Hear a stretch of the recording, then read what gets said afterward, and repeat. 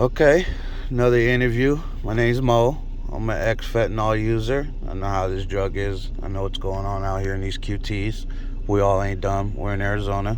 So go ahead, state your name and how old you are. My name is Heidi. I'm 43 years old. Uh-huh. And where are you from? I'm basically Arizonian. I've Oh, been here you're... more years alive than... Okay, where'd you come from? Were you born here? No, I wasn't born here. I was born in the South. And my ex was military, so I lived all over. Oh, yeah? Came here back in 2012. So tell me your story. How'd you end up out, like, pretty much out here in these QTs or out here just running around? What's your daily? What do you do on a daily? On the daily, I basically get up from wherever I decided to crash at, or from whoever I crashed with, and try to start looking to come up with a hustle to get some money.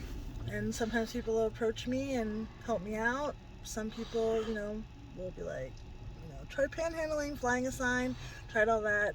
Dating became like quick and easy. Okay. To be able to. How long you been out? How long you been homeless, or? Off and on for, let's say 2 years. 2 years? Yeah. Yeah? You got kids or anything? I do. I don't want to talk about that. No, you don't have to. Yeah. No, you don't have to. Kids. I do. It's fine. We all go through it. It's fine. I mean, what's your choice of drug out here? What do you do? My choice of drugs since becoming homeless has always been pills. Mm-hmm. Nothing else was out there, and so a way for me to interact with people and be able to get to know people, that's what everybody was doing out here. Not just everywhere. It's not saying just right here where we're at. You know what I'm saying? I mean, because I've been all over. It's everywhere. It is. It's like, even you can say it's not in like these certain rich little areas or whatever. But Oh no, yeah. I've been to like 120th Ave in Indian School, and it's right there. So, sorry. Yeah, so it's it's everywhere. But yeah, so that's kind of how I started, and then the dealing with being homeless and not having a foundation and just everyday stressors.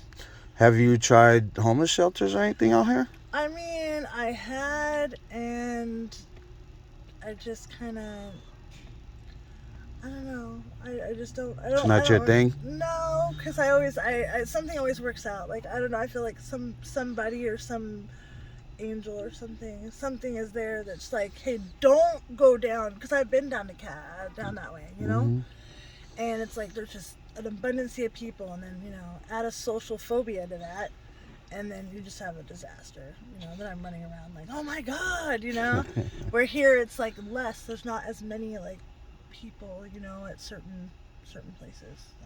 I mean, let's go back. How?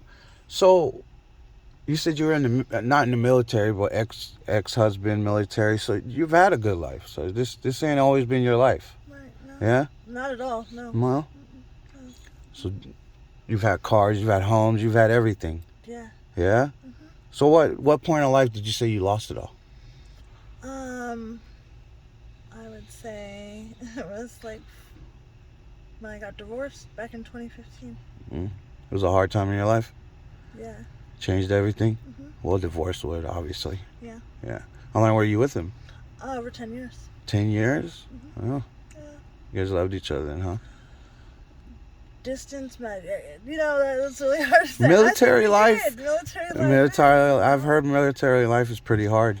It was hard, but I was also part of something too. I was part of a military community. Oh yeah. Where like when you become part of no community. Yeah.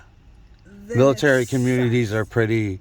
They're pretty antisocial. They keep together and don't really mess with people. Yeah. Okay. Yeah. So I do these interviews, I try to get help for people. I know how all these drugs are. I see a lot of people at QT, so I always wonder, how did QT end up to being the main source? Have you ever wondered that? Everybody goes to QT. Everybody. Yeah. So, and I wonder how that even became the hot spot, as you could say. Anywhere you can go to QT and get a pill. Any QT. No matter what suburb area, it just happens. So let me ask you something. What do you see your life 5 years from now? I see myself hopefully back in my own place, like, or at least in some kind of community living, I guess. guess like a group home, so to speak. Like, you know, I think I have to like relearn how to live like independent all over. Let me ask you, if someone wants to give you a job and told you, hey, I'll give you a job, I pay you this much, would you do it? What kind of job would you even do? I don't even know. You don't want to work? I don't know. I do want to work. No, Yeah. I do. But I sit there and I'm used to like, you know, like you said, and I answered before, I had the house, I had the home. So my way of thinking is like 401k. Like, I'm a detailed kind of person. So it's like, well, work, what kind? And can I do that job? You know, it's like, because I don't want to let the person that decides to invest in me down, but let me down, because then what would that do? That's just going to have me going back into a cycle of doing things that, you know, no, you're right. that I do. So, I mean, how was your childhood? As growing up, father, mother around, was it good? No, I don't really. I left home at 15. 15? Yeah. So what, you started working at 15 or you just left? I always had that life where like somebody was always taking care of me. It's weird. I know. So it's really hard now to like not. So you've always been taken care of. So you're not used to just being on your own like this. Huh. Okay. No. Is it hard out here? People make it easy. There's days that, don't get me wrong, I'm not like, oh, it's so easy. No, it sucks sometimes. Really, really bad. Like, really bad. But then someone comes along and makes it better. Sometimes it's, you know. Never know. Don't know who it is. Don't know. But, you know, something just always, like, after maybe a hard day, it gets better. So. You alright? Seem like you're about to cry. No, actually. It's okay. This interview is for people to see. It's not to see what we all go through. It's not, addiction is not just an addiction. It's a disease. Yeah. So it's not your fault. Yeah. Yeah, and like I said, you could say whatever you want. You're fine. You can talk about whatever you want. Yeah, no, I believe I like it here.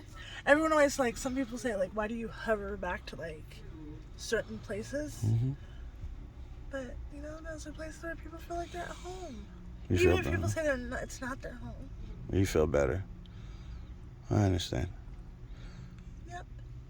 Now, like, as far as, like, your mother and father, did you get beat, or was there any dysfunction at home when you were growing up? I don't really recall that. Like, I don't know if it was, like, just, like, drug, you know, like... So did your mom and dad use drugs?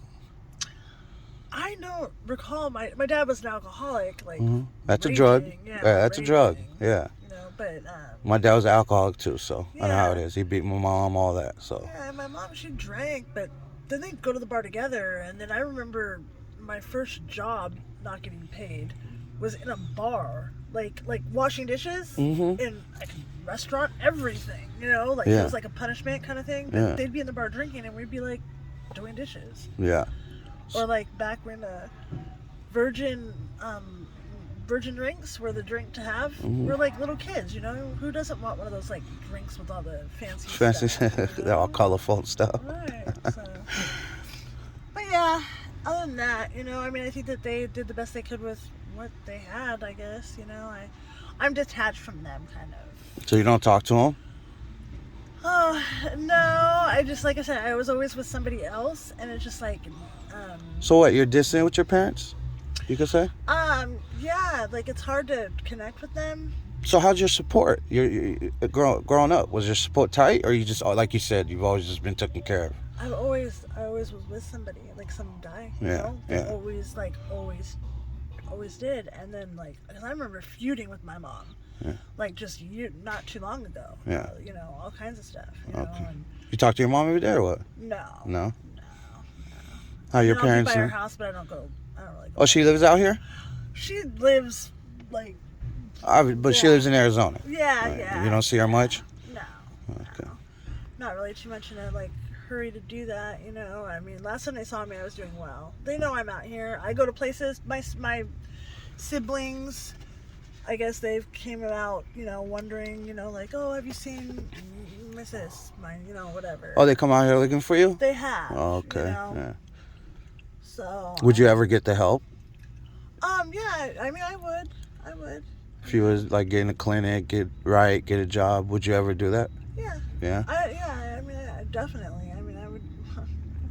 Yeah, I would definitely. I want that so bad to like just like have everything to go back to like kind of a moment when I remember like a moment that I had maybe nothing in this apartment, but I had an apartment. You know what I'm saying? Like it was still my yours. shit, Yeah, it was yours. So, Yeah. Like Well, it was nice meeting you. You too. Thank you for talking to me. Yes. If anything happens, I'll look for you. Right, It was nice meeting you.